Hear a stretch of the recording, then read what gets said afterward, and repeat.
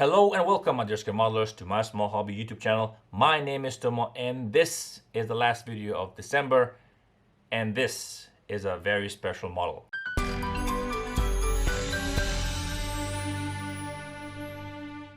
Again, with a Bf109, you say, well, this is a rather very special Bf109 because it's border model Bf109 in 1/35th scale. 1/35th scale models are usually reserved for armor, and planes are really rather rare. We talked about scales and what kind of models you get in this video, so you can check up there.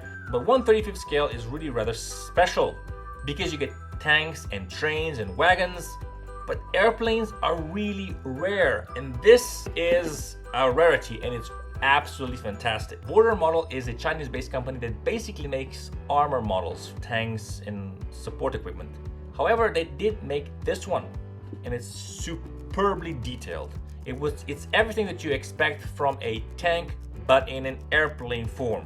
This model has a lot of things going for it, one of which is a detailed cockpit, a detailed engine compartment, a transparent cover for the engine compartment so you can see the finished product once it's done. It has a goodie box inside that is only to be revealed to the person that is actually acquiring this model.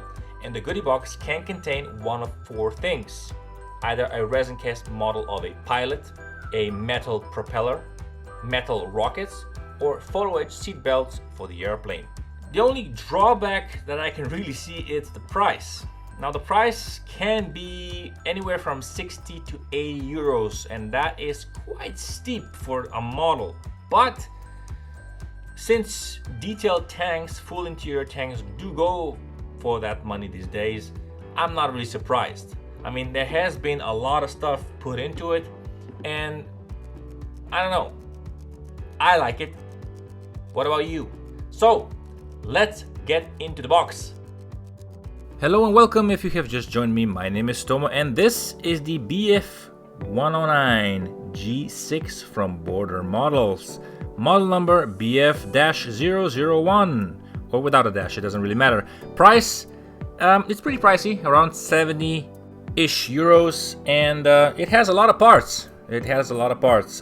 We have exactly 10 sprues that contain all the necessary parts to build the model, and then some. We have a goodie box that can contain one of 4 different things, but more on that later.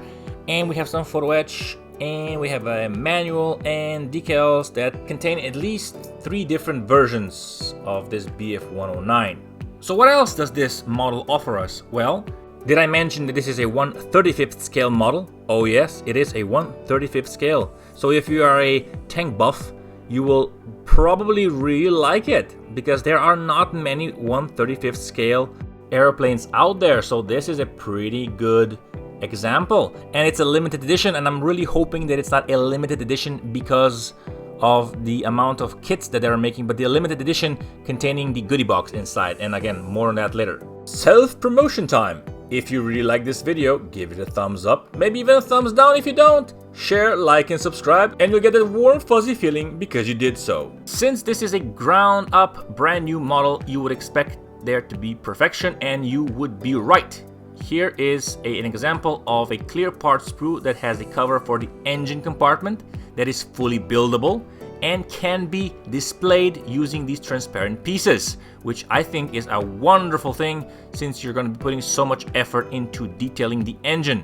It also has a very detailed cockpit without any sort of photo etch parts, because the parts that come right off the sprue are good enough to stand alone. But that doesn't mean that Border Models doesn't give you an option to put some photo etch parts inside the cockpit, and again, more on that later. And if by any chance you are drooling all over the monitor because you are looking at these very detailed shots of the undercarriage of the airplane, you would be forgiven. At this scale, you see far more detail than you would ever see in a 1/72nd scale model or a 1/48 scale model. Here we get to see the sprue that contains the V12 engine that powers this beast, and it's fantastic to see so much detail on this particular airplane. We also have some cockpit elements, and as you can see, the attachment points are spot on most of the parts, and there's really no flash. And this is what you expect from a model of this price and this day and age. There's really no excuse for being sloppy. Even on the cockpit instrument panel, you get to see details that you just don't see otherwise, and they're really crisp and sharp. Even the plastic has a nice feel to it when you are holding the sprues in your hand. Now, the fuselage is also very much detailed. It has lots of dots that they represent the rivets, and the panel lines are on spot. The size of the panel gaps, I think, are really good. Hopefully even the tolerances are good when you put the two fuselage halves together, or the marriage of the wings to the fuselage. There is some detail of the cockpit on the inner walls of the fuselage, and these injector pin marks are hidden by other elements in the cockpit, and besides, the cockpit is a little bit narrow, so you won't be able to see those injector pin marks anyway. As for the other pieces that make up this model, are also very well designed and recreated. One thing that is interesting though is the vertical and horizontal stabilizers have to be assembled from two pieces, which overall gives this model another level of complexity and probably a little bit of headache. The other two elements that you have to assemble from two parts are of course the landing gear tires and the back wheel. Now, on a personal note, I would like to see a resin cast of the wheels, or maybe even true rubbers. That would be interesting. Maybe one of those soft rubbers that have the ability to deform themselves under the weight of the model, much like those crawler RC cars that you can buy nowadays. Maybe even a spool of small vinyl rigging to recreate the antennas. Anyway, here we can see the tires from two parts. We have two different types, ones that are deployed when the aircraft is stationary, or once they are upright when the aircraft is in flight. How you are going to display your model is very much dependent on the goodie box that you get inside. And speaking of which, now it's time to reveal the mystery of the goodie box. To my knowledge, each goodie box contains two items: a pilot, either in flight mode or stationary, and one of three things: either photo etch seat belts, a metal propeller, or metal rockets. And here we see the goodie box, and these are the things that can be inside.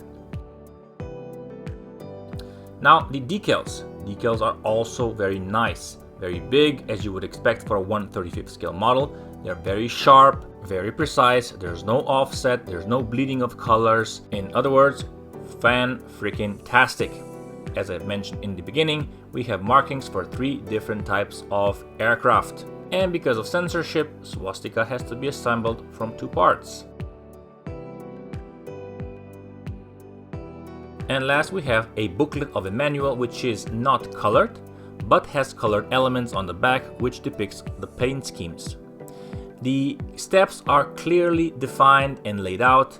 They are not congested, they don't feel rushed, and I think that they are very well designed in terms of guiding you through the build process without you getting stuck or lost.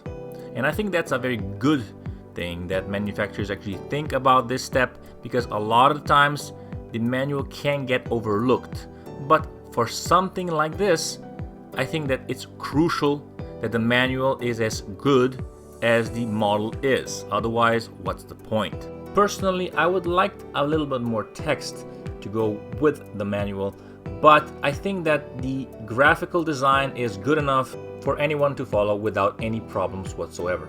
On the back pages, of course, are the paint schemes that are complemented with MIG ammo paints, but of course you can use any old paints you want, but I'm pretty sure you know this because it's very obvious.